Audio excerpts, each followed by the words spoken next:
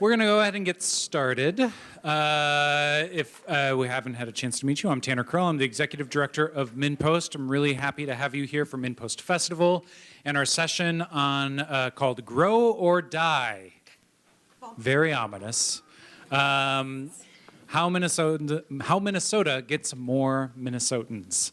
I'm very excited for this conversation. First, I want to, by all means, feel free to come on down, fill in the front parts here if you want. But I also want to thank our MinnPost Festival sponsors, our supporters for your support. I see a lot of the tote bags out there, which I like to see. Thank you so much to our members for your support.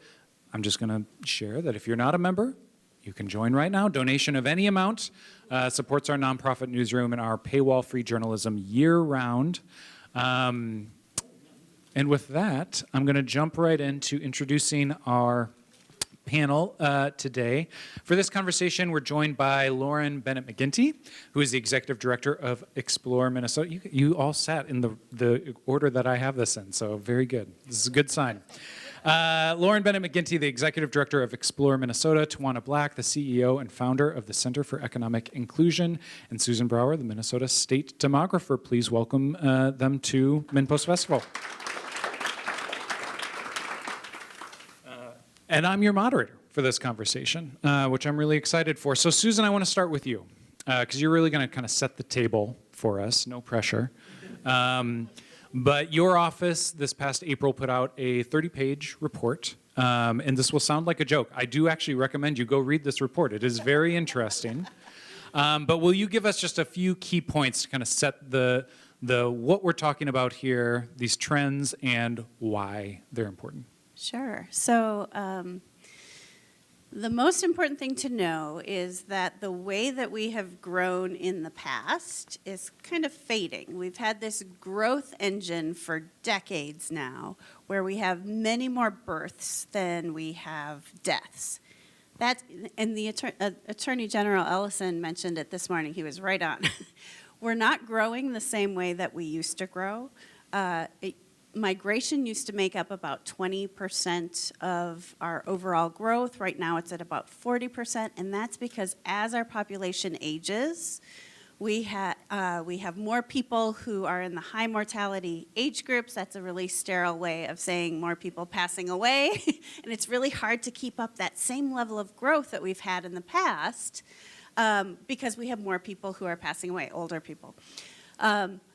We have a declining birth rate that is going to continue into the foreseeable future. This is bigger than Minnesota. It's bigger than the U.S. This is just how it's going to be. And those things together means that if Minnesota is going to continue to grow, if we're going to kind of fuel the economy with more people and more consumers and more citizens and more residents, that we're going to have to draw more from people outside our borders. So whether it's from other states, whether it's from other countries, it's going to become a more important source of growth, and it is becoming a more important source of growth than it has in the past. So that's kind of the most important thing to know.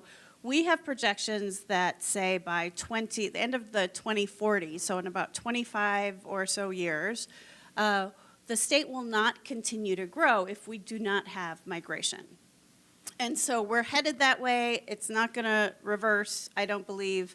And kind of that's where we are today, is how do we continue to keep kind of this quality of life and the economy strong, and how do we do that given these new demographic conditions? Can you speak to the stakes of it just a little bit more? I mean, do we really want this riffraff moving in here? I'm joking. This is a joke. The stakes are, okay, so sometimes people will say, like, well, do we have to grow? Why are we so obsessed with growth? Why don't we just not grow?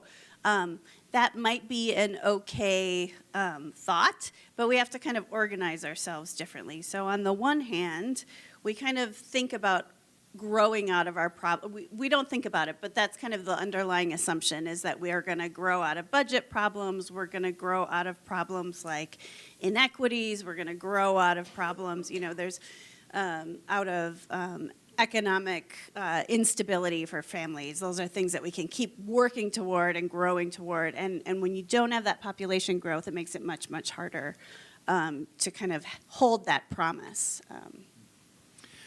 Tawanna, I want to bring you into the conversation here. So at the Center for Economic Inclusion, you have this interactive tool. I also recommend you go check out this tool on their website, looking at indicators for an inclusive regional economy for the Minneapolis-St. Paul region specifically, and you disaggregate economic, livability, and other factors based on race. How do you see this net migration issue through the lens of racial diversity and inclusion?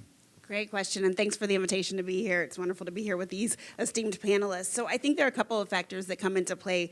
Certainly what Susan just mentioned. First is the state saying, do we want to grow? And do we understand what growth means? Is it growth in population only? Is it growth in population and productivity? Is it growth in population, productivity, and profitability? And for whom? Do we expect that to happen for everyone just naturally? Or does it require some intentionality for us? And what we think in looking at the data over the last 15 years or so is it requires a whole lot of intentionality, not simply intentionality about who comes here and how do they come. Do they come through intentional outreach and engagement? Do they come through corporate recruitment because we've seen our corporations continue to grow? Or wait, do we have to think about some other formulas? And we believe there's a mix of all of those factors. When we think about Minnesota as a home for a large number of global corporations and headquarters who are naturally going to continue to attract talent, being intentional about how we support those organizations in attracting talent. Thinking about driving a startup economy that's innovative and that's growing and prospering. Again, a huge opportunity for attracting talent into the market, but ultimately people aren't just workers, they're people who want to be sure that it's a state that I'm coming to that welcomes me, a place where I can thrive. And as a transplant to a few states, most recently this one over about 15 years, I can say that there's a number of things that as a person of color, you're looking at, as a leader, executive of color, you're looking at to say, is this a state that truly not only values who I am, but where my future generations can also continue to prosper, because all of the fabric of the community, from its parks and recreation to its housing stock and the affordability of that housing to its ecosystem for innovation to simply the way that people get along at the grocery store and in school board meetings and other neighborhoods.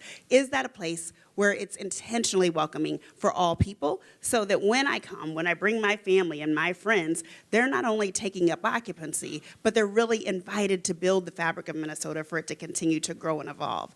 And what we see in the data is we've done okay at that for a number of years and decades even. But now, if we want to continue to do well at that, so that migration doesn't position us against one another, that we're not thinking about that riffraff. I might be in that category of people who are riffraff. I'm from Iowa, so I am also technically riffraff. All right, I lived in that state too. Liked it a whole lot. So we can be riffraff together. But in that way, that we're actually inviting people in to continue to evolve that fabric. And that means all of us really deciding what it looks like in the future. Lauren, can you talk a little bit, so Explore Minnesota, I think most people or many people think of Explore Minnesota as a tourism board, a way to bring visitors here, but in recent years you've delved into, I think, what you call livability marketing. Can you explain what that is and why Explore Minnesota has taken on that as part of your portfolio? Yeah, thank you.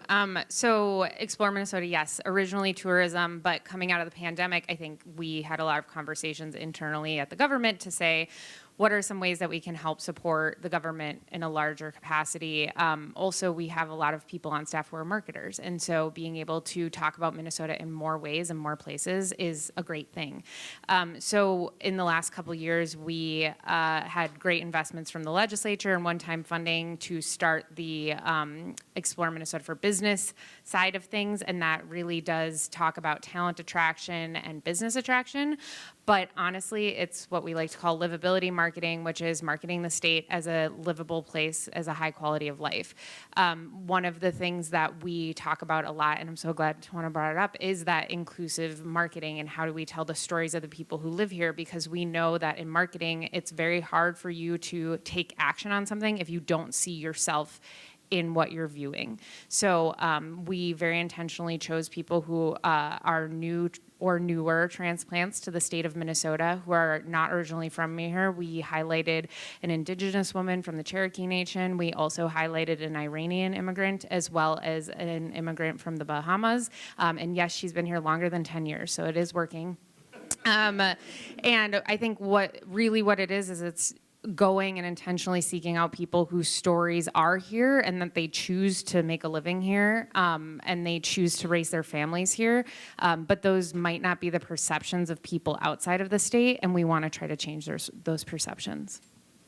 Can we, and Susan, I'm going to turn to you first before we go back to what that marketing looks like, because your report goes into some really interesting details in terms of who is the most likely to move here. So can you talk about those demographics and that focus a little bit more? Sure. So it's important to know that the most mobile people to and from Minnesota are always young people, 18, 19, 20-year-olds. That's true of international immigrants too. It's just when people move.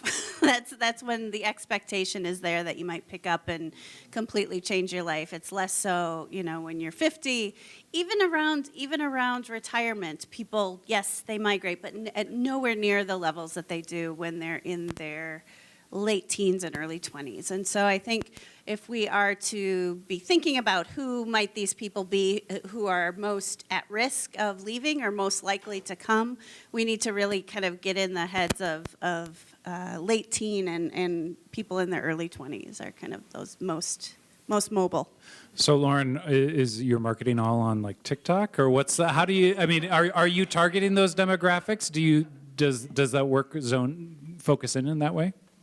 So as of right now, our primary target, for a variety of reasons, is sort of that mid-20s to mid-50s range, and a lot of that has to do with the types of jobs that are in high demand in the state of Minnesota. So tech jobs, health and wellness jobs, education, and then manufacturing, high-tech manufacturing, so medical devices, things like that.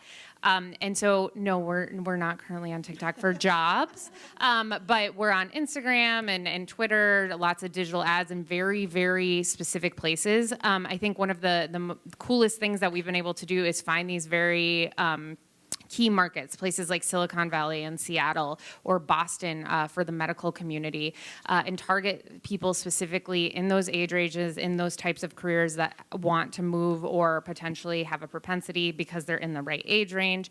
The next sort of phase of what we're working on, which we just kicked off internally, is that resident retention.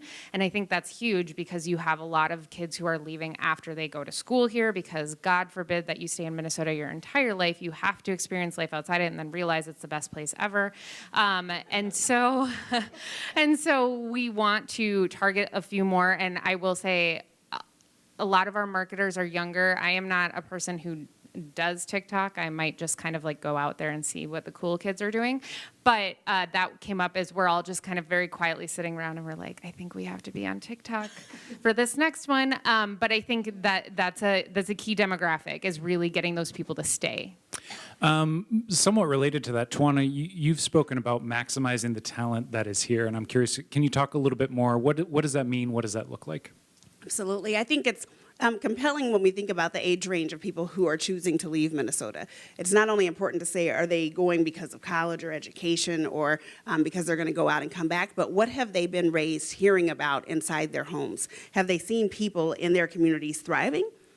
In contrast to people in this could be geographic community, their neighborhoods, people of their own racial and ethnic background, people they go to worship with every Sunday. Do they see that wide ecosystem of people thriving in the way that they imagine themselves thriving, in the way that we've promised them for many years of school and education that they're going to be able to thrive? And more likely than not, if you haven't, if you've looked around and seen a lot of disparate gaps, right? If you've seen the experiences not living up to what you thought it would be, if you hear adults in your life saying, you know what, I was promised that great hope and future as well, and I'm still struggling to make earnings on par with my peers who are of different races, ages, or genders, then you're much more likely to say, if this promise is going to be real for me, it's going to be real for me in another community. Let me go out and try that. I'm a business owner, I'm an innovator, but I don't see the investments flowing my way. Let me go to to a state where I see them hyper-focused on investing in people who look like me. So we've got to start a little bit earlier to say, what is happening with adults in our workforce? How do we start to ensure that we not only have everyone working, that our unemployment rate is good, but how do we make sure that that productivity rate is high because people feel fully welcomed into the workplace, fully able to bring not just who they are socially, but also to bring their talent. When we look at migration into the state and particularly look at immigration into the state, we have a challenge to work on, which is how we take full advantage of the talent, the credentials, the experience that people bring into not just Minnesota, but also our country. If we have people who are working in positions that don't require the degrees and education and experience that they have, simply because they haven't been able to compete in those lanes where their calling is fully maximized, then we've got some work to do. And that is often seen as social work or even charity work, but ultimately it's economic work. The longer that we have talent sitting on the sidelines, underutilized, under-maximized in our workforce, it harms the entire economy and keeps us from growing at the rates that we should be growing. And that's a huge area for us, particularly in Minnesota, but even all across the country to be focused on.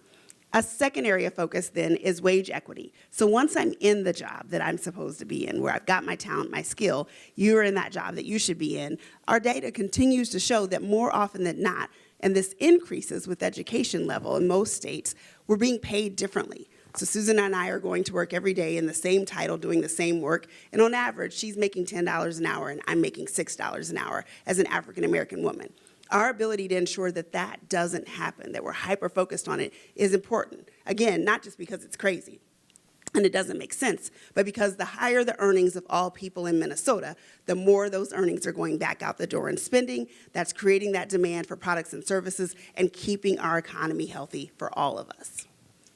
I want to turn a little bit deeper on policy, but before we get into that, Susan, I'm kind of curious, when you release this report and we look at sort of the political landscape, do you feel like there is broad consensus that this is an issue that needs to be focused on, even if maybe solutions aren't quite agreed upon?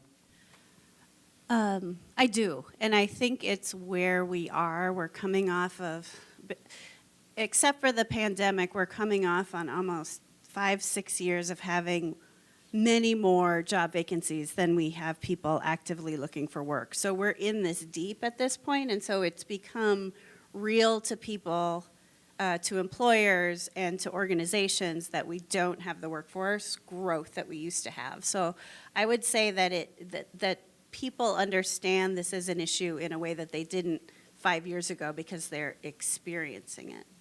Yeah. So as we look at policy, I'm kind of curious, this is a question for everybody to answer, and thinking about policy, you know, there's some policies we've already discussed, policy approaches, recommendations, if you feel, or even just policy explorations that you would like to see more at the state level. You can think about it.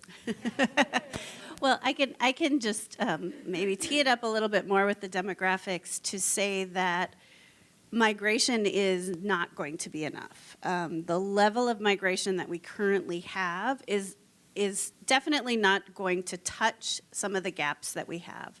And so while focusing on more migration into Minnesota is an important thing to do, a good thing to do, and less out-migration, also important and good thing to do, it's not going to be the entire solution because the need just so far surpasses what migration could fill. And so then I think that points to policies that look at making sure that people's full potential really is realized and appreciated and you know, people are plugged in. Absolutely. I think I would echo that again. I also think this requires policy and a focus in a number of different areas, whether we're talking about K through 12 education and ensuring that all of our school systems fully have the resources needed to adequately educate all children. It is simply not okay for Minnesota to continue to have generation after generation coming out of education not fully equipped to compete in the workforce. And the more that we have employers advocating for that high quality education so that people don't simply get a high school diploma, it's important for us to close those gaps.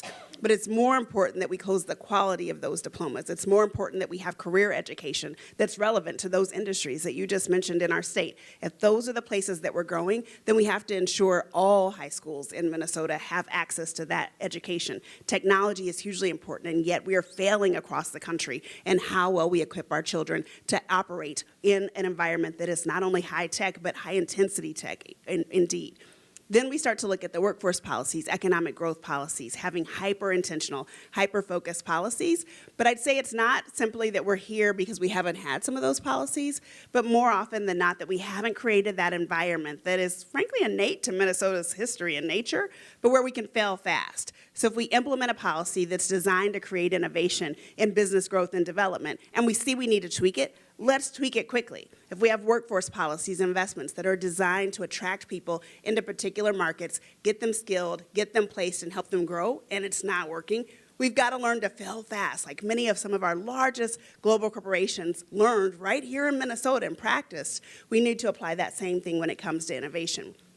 The third potential policy that I would lift up is one that the Center for Economic Inclusion has partnered with employers, policymakers, and community-based organizations on for about 5 years now, and that is creating an equity note in our state legislature that starts to ensure, similar to a fiscal note, that before we advance policy in the name of economic inclusion, in the name of competitive and inclusive growth, or in the name of equity, that we know it will achieve that we do that due diligence to do the research, use research that's frankly readily available at our fingertips to ensure that we know how much improvement in equity, how much improvement in productivity, how much improvement in profitability, how do those things go together, and how will we know when we've hit that or when we haven't and we need to adjust the policy. It's simply just good business when we take those same lessons learned that we've had from fiscal notes and climate notes and apply it to racial equity and justice, we'll start to see things improve for the economy for all Minnesotans. Lauren, I assume in addition to maybe increasing or maintaining Explore Minnesota's budget, are there policy recommendations or explorations that you'd like to see? Yeah, you caught me. I mean, I think in general, one of the things that I've, being in the state for about 3 years now and working at the legislature in that capacity, is learning and understanding the importance of community outreach and engaging the community before you make those policy decisions, which is exactly what Tawanna was kind of speaking to. And if you were in Lieutenant Governor Flanagan's talk earlier, she said that that's a huge cornerstone. And so there is sort of this demand in a very good way for us to do that outreach. And some of the best policies or programs we've put forward are ones where we're taking suggestions from the community so we better understand what their needs are rather than applying something to them from a system that is complicated and difficult. And I think one of the other policies I want to continue to see is investment in sort of that underestimated group of young people and really understanding you can have your high school degree, and to your point, we need to be training them better to enter the workforce right away. Not everybody needs to get a college degree, and that's the really important part here. And I think the state continuing to invest in opportunities for young people to either get a 2-year degree if that's something that's demanded, or be able to enter right away and do on-the-job training, which means that the state is then investing in a lot of on-the-job training opportunities for large companies or small companies. Being able to continue to invest and uphold those policies is critically important because, as Susan said, you know, we're kind of aging out here, and we need to make sure that that age group, that younger age group, they don't need a college degree to enter the workforce, and that they can be successful because their employers care about them enough to invest in their future. Sort of zooming out on the policy front, and just around the state's efforts around this, you know, we have 2 state agencies represented up here. Does there need to be a more coordinated effort across state government, and what would that look like? Oh, everyone looks at me. Yeah. So you're at the end of the line. I know, I don't have all the answers, but I do think so. And I think one of the really great things about why Explore Minnesota being in this position where we're marketing all of the different fantastic aspects of the state is that we can do outreach. You know, we're not necessarily beholden to one specific department in the state. So we do connect with Susan's office, and we do connect with DEED, or we connect with, you know, like the DNR, who has a lot of really fantastic opportunities for people, which relates to climate change and all the great work we're doing there, or Office of Ed or higher ed. And so we kind of are that connector piece, and I think the more we can engage more departments and learn what they're working on and tell those stories, the easier it will be to get them out. But I know, Susan, also, I'm picking on you, but you have some ideas too. Well, I'll just say that, the state used to have an Office of State Planning that did some more of these coordinated efforts. That went away in the early 2000s. I'm going to get my dates wrong. It went away at least 10 years ago. And now there's a small office within Minnesota Management and Budget that's kind of seeking to do that again. So I have hope that that will kind of help connect some of these efforts across the different agencies, and also to take a longer term outlook. And I know workforce and climate are among kind of the first things that they're considering taking up. So I would just say, if I could, on this question, I think it's huge simply because none of us live our lives in the segments that state government or local government, for that matter, are set up to be able to service our lives. We don't live our lives thinking about jobs and then thinking about business and then thinking about health and then thinking about housing and then thinking about whether or not the roads are safe. We just expect all of those systems to work, but we also expect them to be thinking together and talking together. We expect the people who are planning where housing is going to be built and the quality of that housing to be thinking about where are the jobs, and are we linking things together? Is it proximate? We expect the transportation systems to be talking to both ends of that spectrum, to be talking to folks who are building housing, and to be talking to employers to understand where growth is coming from, to understand not just are the roads high quality, but are the transit systems high quality, and are we connecting the dots? So that means that when we design government or redesign government, we have to ensure that it's built to do the same.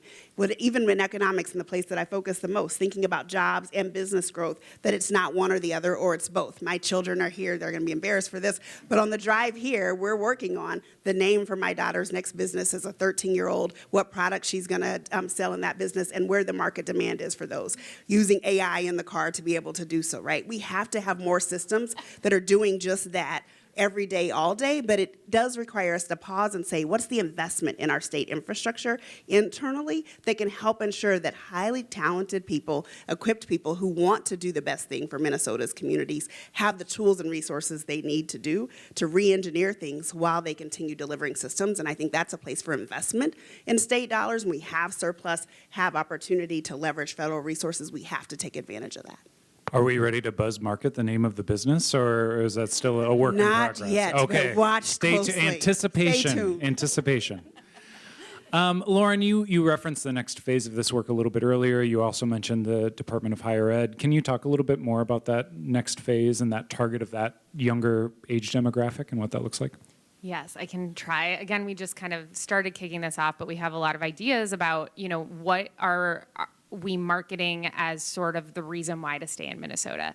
I think a lot of it is quality of life. One of the big things that we've learned in our surveys is that when you're looking at going off to a coast where arguably they are more diverse and maybe perhaps more culturally diverse and just maybe more seemingly fun, I guess, if you're 17 years old or 18. People don't think we're fun? We are fun in our own. I mean, we saw the Timberwolves. We did great. But I think one of the big things is showing them career pathways. A lot of people will see, I use hospitality as an example because, of course, tourism is very invested in the hospitality industry, and a lot of people see it as, a summer job. But really, you can become an accountant at a hotel, or you can be in charge of maintenance at a hotel, which is a big deal. You can work at a resort and do their marketing. You can be a superintendent at a golf course, right? There are lots and lots of career pathways that are very successful, but I think it's more of the education that it's available, that you have a future in a job that might seem like, waitressing is just waitressing, it's not gonna go anywhere. Well, no, there are lots of opportunities to kind of grow into that position, learn more, and become really successful. And I think part of what we're trying to do, it sounds like I'm trying to fit a lot into this ad campaign, but what we're trying to You do... need a really big budget increase, it sounds like. We're just really trying to educate younger people that, you certainly can go elsewhere, but the quality of life that you have here and the opportunities are here. We just have to kind of open the door and show them that they exist. We're going to open it up to audience questions in just a minute, so be thinking of your questions. And I always encourage you to remember the question mark at the end of the question. Lauren, the Timberwolves postseason run, there's a lot that, I would call it organic marketing opportunity. Does that do anything? Does that move numbers? Do we know anything? Do we learn things from that? Yeah, so we had, I believe it was a 7,000% increase on our social media engagement during a course of a few weeks. So thanks, Ant. And I think one of the big things that we watch, which is such a strange thing to do in a more traditional marketing space, is we watch a lot of Reddit, because Reddit has become the tastemaker. And it's been really interesting because during that time, so many people would be posting things like, should I come visit Minnesota? Should I move to Minnesota? And then we don't do anything. And is it your staff replying? No, Yes. we just sit back and watch, all of these great people that came in. But I do think those national moments, we had joked about us being fun, but it was an opportunity for us to say we are fun. We have a good time in Minnesota, no matter where you are on the political spectrum. Governor Walz also being on a national ticket has shown a lot of people more about Minnesota, and it has made us more relevant. And so I think the more we can have those moments of virality and excitement around the work that we're doing, the more people are just curious and interested and want to learn more that maybe isn't even about the thing that they came to find out about in the first place. All right. Let's open up to questions. I'll come around to you with the mic because we are recording things. And I saw a first hand right over here. And I'll pop on out. I have a question, maybe mostly for Tawanna, but perhaps others. I'm concerned about the recent affirmative action decision at the Supreme Court, which has resulted in companies eliminating their DEI departments and has encouraged conservative law firms to target programs aimed at minorities. That seems like a huge setback for us. Is it? Can we deal with this? Great question, too. So that is real. What you see in the news and media is real. And what you don't see are those companies who are continuing the course. And we have a number of those right here in Minnesota whose CEOs, whose corporate boards, whose C-suites have said, we're not moving. And again, it's important to always come back to the data. This is simple math. It's simply good for business to continue to stay the course in this and, frankly, to get further in terms of the results. That we're not simply looking for, did we diversify the black and brown people who are in our workforce or in our C-suite? We're not only looking for, did we spend more dollars with a few of those businesses? We're looking for, can we build an economy that is resilient, that is engaging, that is profitable and productive for all people in our state? And when we look at that, the math says continuing to see America diversified by 2040, fully in a majority minority state. That means not just the numbers of people, but how well are all of those people thriving? Because if they're not thriving well, it's a drain on the entire economy and harms us all. So businesses who get that in a number of fields, from banking to consumer packaged goods to financial services and healthcare, are all saying we've got to continue to do this. Now what we're saying back to them is, yes, and we need you to not only do what you do in your four walls, we need you to influence other companies. Because most of the companies who you see loudly taking that step back are firms who had not made progress yet. So they'd made some commitments. They might have had a DEI department even for 10, 15, 20 years. They tried to increase that after George Floyd was murdered, and now they're getting pressure and saying, wait a minute, if we hadn't made progress, maybe we can just take this back out. We can just move away so we're not a legal target. The more that consumers drive that influence and say, you know what, I want to spend my dollars at companies where all people are valued, not only because it's the right thing, but because it creates better products and services and produces a better ROI, the more those companies start to listen and say, you're right, we do have to. We've seen this here in Minnesota with the marriage equality movement. When consumers took their power, their voting power, their dollars and spending power and said, you know what, we're going to spend in places where inclusion is happening, we saw growth, and we'll see the same thing with racial and gender equity and justice when consumers use that power to really influence the boardroom and the C-suite. I was in Los Angeles last weekend in the 7 lanes of traffic, so I'd kind of like to understand, why is growth so important? Can we have a rich and wonderful state without 7 lanes of traffic? I was there too, and I kind of miss having 7 lanes of traffic. As a girl from Kansas and Missouri, and having lived in Nebraska and Iowa, I just got to say sometimes I want to get there faster. But I think your question is spot on. Isn't it great when it only takes 15 minutes to go anywhere? I just love that. I'd say, I alluded to this earlier, but I'll just say again, we have the assumption of growth built deep into our economic systems, into our public budgeting, and companies need it to continue to, most companies, that's the expectation, ever expanding markets, ever, expanding number of consumers. And so I think it's not that it can't, but we can't. It's going to take a pretty big adjustment. I don't know exactly what all those things are that will need to be adjusted, but I'll just say that it runs deep in us in ways that we don't even recognize, I think, is the assumption of growth. Yeah, and I can add on to that too, because I think one of the things that we hear a lot about in the marketing as well aren't taxes high in Minnesota. And the taxes are high because we have things like nice roads and bridges, and we have community programs, and we have support for different parts of sort of the economic chain and the people in Minnesota.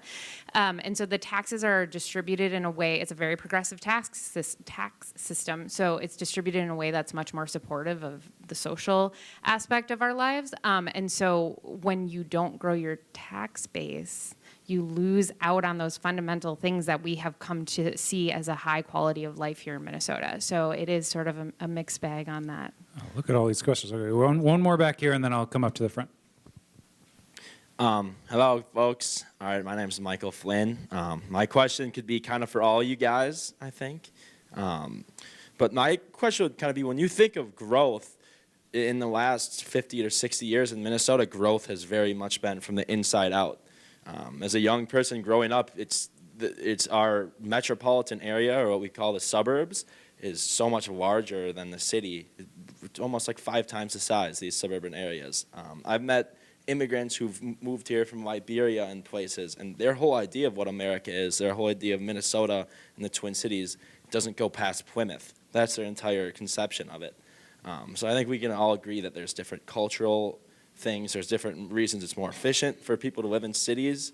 So in the face of this growth, if we were to increase by another 50% or even double the size, how can that growth be from the outside in and not the inside out? How could we sort of like re-densify, try to work on densifying our urban areas? I love this question. As a former person who worked in planning and governed in planning, I love this question. I think one is policy. So what do we see happening in both state and local policy? If we look at comp plans that occur, not only Minneapolis's comp plan has gotten a lot of attention, but in all of our cities and townships that implement those comp plans, how intentional we are about the type of development that occurs. But then the argument comes for that integrated government, if you will, that was Tanner asked about earlier. How do we see our housing investments, how we're building more housing that is affordable, but also high density that allows for people to live and grow and operate in the ways that they want to.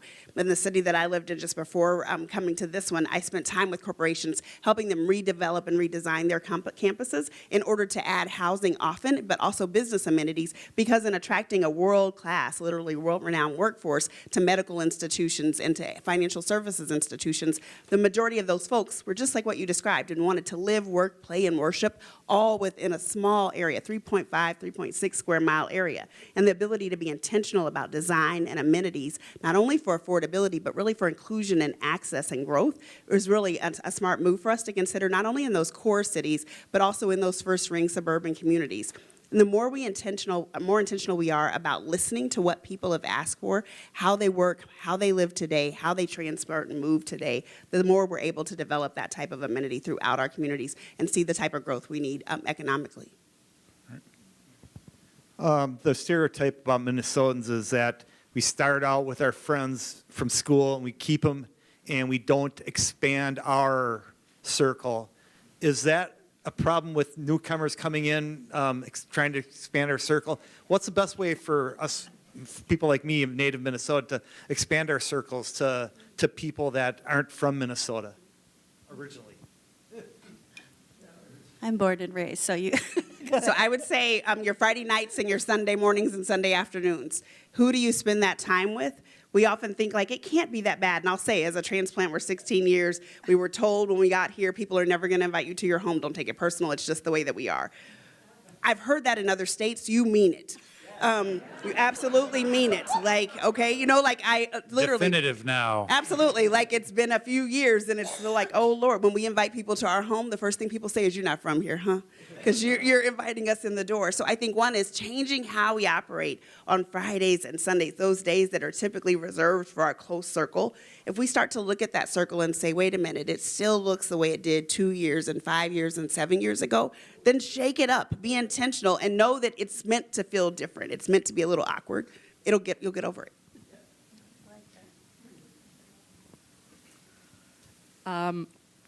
I grew up here, moved out east for college and grad school, and didn't come back until my mid-30s.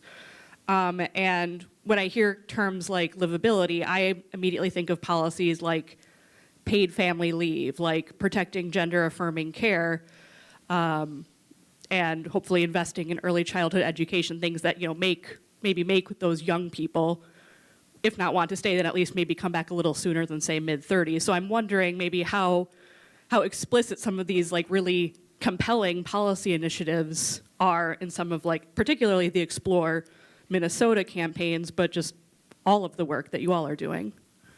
Yeah, we have found that a lot of people are looking for that. I think one of the hard things too is some businesses who are smaller struggle with things like paid family leave because it can be burdensome to them. However, I will say that they're finding that they're increasing the quality of the employees because they're staying around longer and you're investing in them more and you're giving them more benefits. When we see responses to our advertising and we're doing surveys, one of the number one lift that we had, which is just a term to say they saw the ad and then afterwards, how do they feel? Was that it's just an intangible thing that we were not expecting, but the response was, I feel that I can live a long and happy life in Minnesota. That was the number one lift by the most points, and that was a really interesting thing to see because we showed a variety of types of people, some families, some older folks who was just the two of them, or some younger people who were doing sort of, they were glass blowers, so it's alternative careers, I guess. And so I think what it shows is that there is that variety, and you can speak to that, and people are really interested in it, and I think those investments are important, and of course we plaster it all over the site too. I think those investments also lead to things like Minnesota being the number one least stressed state in the country, right? Because you're not as concerned about those things when you're working. So least stressed, yeah. On a little bit different angle, climate and geography. We know what our climate is, but it's not as cold as it used to be. But the New York Times was writing months ago about climate refugees coming to Duluth. At the same time, Phoenix just had 110 days of over 100 degrees, and I don't hear anybody talking about people leaving Arizona. What do we know about the impact of other forces that we really, it's a different issue than are we nice to people? Yeah. And I'd say probably climate change is the thing that will eventually reverse longstanding migration patterns. Unlike, I think policies can help, but I think climate change is going to change. The fact that the flow of people right now is going to the most taxed areas with respect to water resources and just the flow of people to warmer places. It will change. What we know about it so far is that it hasn't changed much for Minnesota. Climate change, sure, people have found those in Duluth who have chosen to move there because of that New York Times article. But Duluth still isn't growing massively. It's growing a little bit. But so I would just say that absolutely climate change will have an impact, but we're definitely not there yet, and it's likely to be a ways out.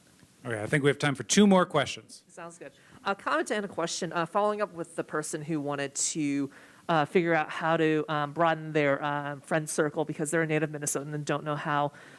Self-discovery is another important thing too, like getting to know like what your hobbies are and what hobbies and interests you may share. Like I know, like for me, I'm into foraging personally, and I like to spend time with people who are into foraging. Like photography is another one. Like biking is another one. So whatever hobbies you have, you could definitely share that with like somebody else who's like not from here, those hobbies. So that's my comment. My question is, I don't know if anyone has seen like unhoused encampments around Minneapolis. One of the concerns I have is why is the state like interested in growing its population when we see people out on the streets living, struggling to get by, some with like drug issue, like with issues with being addicted to drugs, can't find housing, can't even afford housing. Like there is a nonprofit that provides affordable housing that charges more in rent than what I'm paying for rent right now.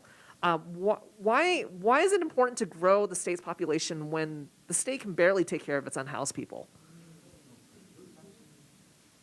Who wants to take that one? No, I mean, I think you're right. I think that's a very visible indication of some of what we've been talking about is just the inequity and the lack of stability for. I mean, that's the extreme example and the most visible example. But I think there's just because there are plenty of jobs doesn't mean that there are jobs that pay well, that create kind of stable families and career trajectories. And I think that visibility of people experiencing homelessness is kind of the extreme example of that. I guess I would just say it's not an either or, it's a yes and. And I think that certainly speaking limited knowledge on the internal workings of Department of Housing, for example, but knowing that the state is also trying to invest in supporting more people as well. And so I think, yes, we're bringing more people in or trying to, but there's also efforts being done to help the people who are here. So I don't know that I would necessarily say that it's, one or the other. You have to go hand in hand with growth as well because you can't leave people behind. I don't work for the government. If I could, I don't work for the government, but one thing I would say is in terms of how we market and continue to make progress at the same time. I heard Governor Walz speak probably a year ago, and he was speaking about his commitment to racial equity and justice and his belief that we could do it, that we could accomplish it. And the example that he used as a parallel was the work that's happening across the state to ensure that we don't have veterans who are unhoused in our communities. And he said, we set an objective when I was elected. I made sure that people went out and actually got real tangible numbers. And I don't know if it was Monday, but he said basically every week I get a report that gives me names and places so I know exactly who is unhoused today. And then we have a strategy. And the numbers of dramatic decrease was insane to me. Where I was left with, what about the other unhoused people who are not veterans? How do we make sure that we take that same laser-like approach of accountability and measurable change for everyone, for every issue? So I think from how we go about saying we want to be a state where we can ensure all people are housed and thriving in our state means taking approaches just like what our state has done to ensure that veterans have effective housing and stable housing and apply that to all of our issues across the state. This question is for Susan. I think Susan might have the best numbers on this. How many workers will we lose if Donald Trump wins and sends red state guardsmen in to round up and deport our unauthorized immigrants? How many people will that be?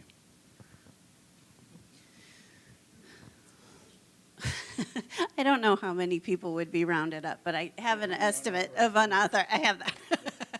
So. He says all of them. Yeah, I mean, the estimate is somewhere around 80,000 unauthorized immigrants in Minnesota. And it's probably, 40 to 50,000 that are in the workforce already would be the estimate. Unfortunately, that's the last of the time we have for questions. I have a few announcements to share, but before I do that, will you thank our panelists for their insights?